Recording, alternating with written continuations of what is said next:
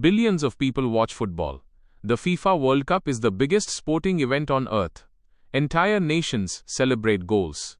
Fans cry, scream, and lose their minds over matches. Yet there is one rule that continues to confuse players, fans, commentators, and even people who have watched football for decades: the offside rule. In fact, if you've ever watched football with someone new to the sport, you've probably heard the same question: wait, why was that offside? And honestly, it's a fair question, because at first glance the offside rule looks incredibly complicated. But here's the twist: the rule itself isn't the problem. The way people explain it is. So today, we're going to simplify football's most misunderstood rule once and for all. By the end of this video, you'll understand what offside is, why it exists, why VAR keeps drawing those weird lines on the screen, and why football would be completely different without it. The basketball experiment. Let's start with a simple experiment. Imagine you're playing basketball. Now imagine one player decides not to play defense, not to run, not to help teammates. Instead, they stand directly underneath the opponent's basket for the entire game. Every time their team gets possession, someone throws them the ball. Easy points. Again, and again, and again. Pretty boring, right? Well, something very similar used to happen in football.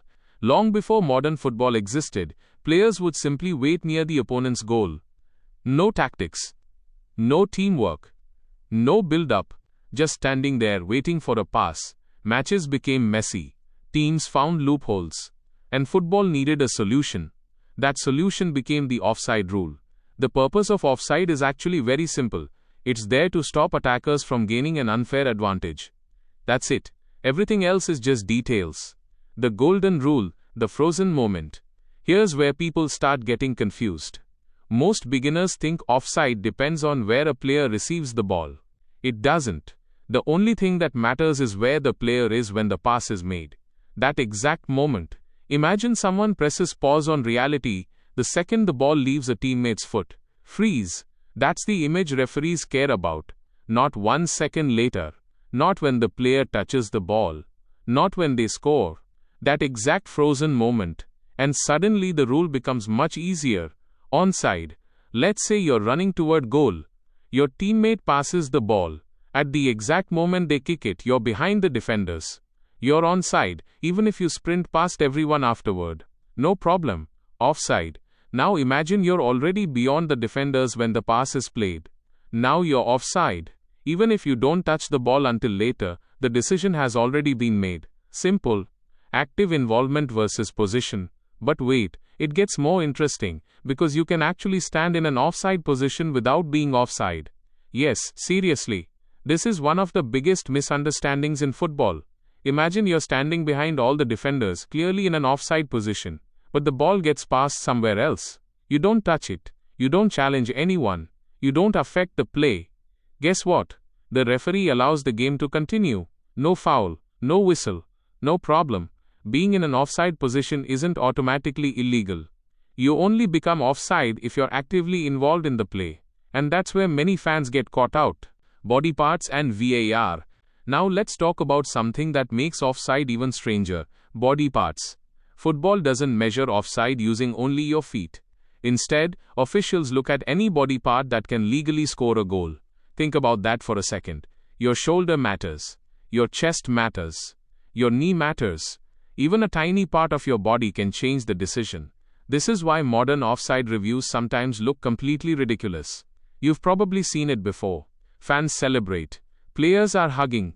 The stadium is exploding with noise. Then suddenly, everything stops. Officials start drawing lines. Viewers stare at the screen. And after 2 minutes of waiting, a goal is ruled out because someone's shoulder was 3 centimeters too far forward. 3 centimeters.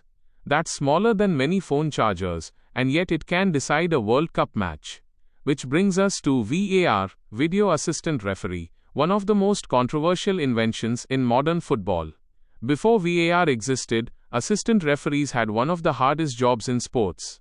Imagine trying to watch multiple players sprinting at full speed, while tracking the exact moment a pass is played, all while standing on the sideline. It's nearly impossible. Human eyes aren't perfect, and mistakes happened all the time. Some goals should have counted, others shouldn't have. Fans complained constantly. So football introduced VAR. The idea sounded amazing. use cameras, use technology, fix mistakes. Simple. Except it wasn't that simple, because VAR created a new problem: accuracy versus emotion. Before VAR, goals were immediate. The ball crossed the line, everyone celebrated, and it was done. Now, a goal can be scored, the stadium erupts, players run to the corner flag, fans lose their minds, and then everyone waits. And waits. And waits. Sometimes the goal stands, sometimes it disappears, and that's why debates around offside are bigger than ever. The evolution of the rule. Now here's something surprising: the offside rule wasn't always the same. In fact, football's original offside rule was far stricter. Much stricter. Back in the 19th century, an attacking player had to keep 3 defenders between themselves and the goal. 3, not 2. Imagine how difficult scoring would be today if that rule still existed. Football would look completely different. Goals would be rarer, attacks would be slower, and matches would be less exciting. Eventually the rule changed. The requirement dropped from 3 defenders to 2, and scoring increased dramatically. Many historians believe that single change helped transform football into the global sport we know today. A quick offside test. Let's test your understanding with a few scenarios. Imagine you're attacking. 2 defenders are between you and the goal. Your teammate passes the ball. Right pointing arrow legal. Onside. Imagine only 1 defender remains. The pass is played. Right pointing arrow offside.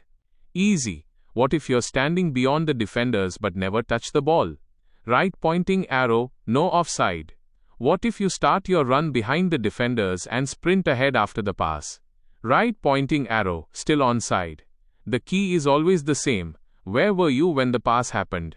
That's the question referees are asking every time. The goalkeeper exception.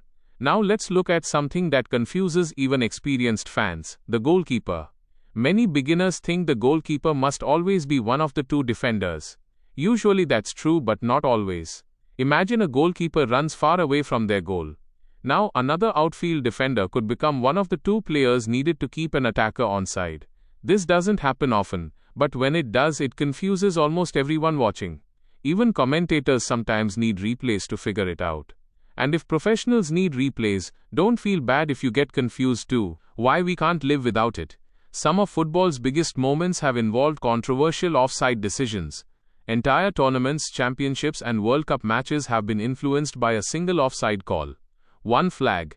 1 decision. Millions of people arguing afterward. In some cases, fans still debate those moments years later. That's how important this rule can be. Now let's answer a question many people ask. Why not remove offside completely? Wouldn't football become easier to understand? Actually, it would create chaos. Imagine attackers standing next to the goal all game. Defenders would refuse to push forward. Teams would launch endless long passes. Midfield battles would disappear. Many of football's beautiful passing moves would vanish. The sport would become less tactical, less creative, and honestly less entertaining. The offside rule forces players to think. Attackers must time their runs perfectly. Defenders must stay organized. Teams must work together. In a strange way, one of football's most hated rules is also one of its most important.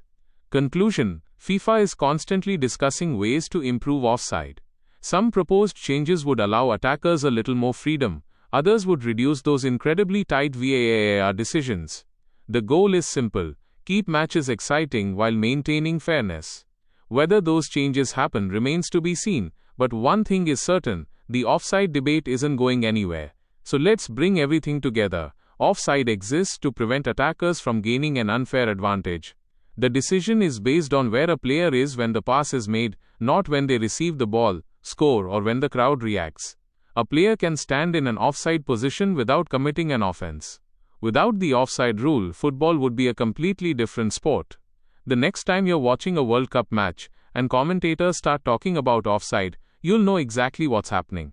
You'll understand the replays, the lines on the screen, and why fans are arguing online. Most importantly, you'll understand one of football's most famous rules. And honestly, once you learn it properly, it's nowhere near as complicated as people make it sound. If this video finally made offside make sense, subscribe for more beginner-friendly football breakdowns as we get closer to the FIFA World Cup 2026. Because the more you understand football, the more fun every match becomes. And trust me, the offside rule is just the beginning.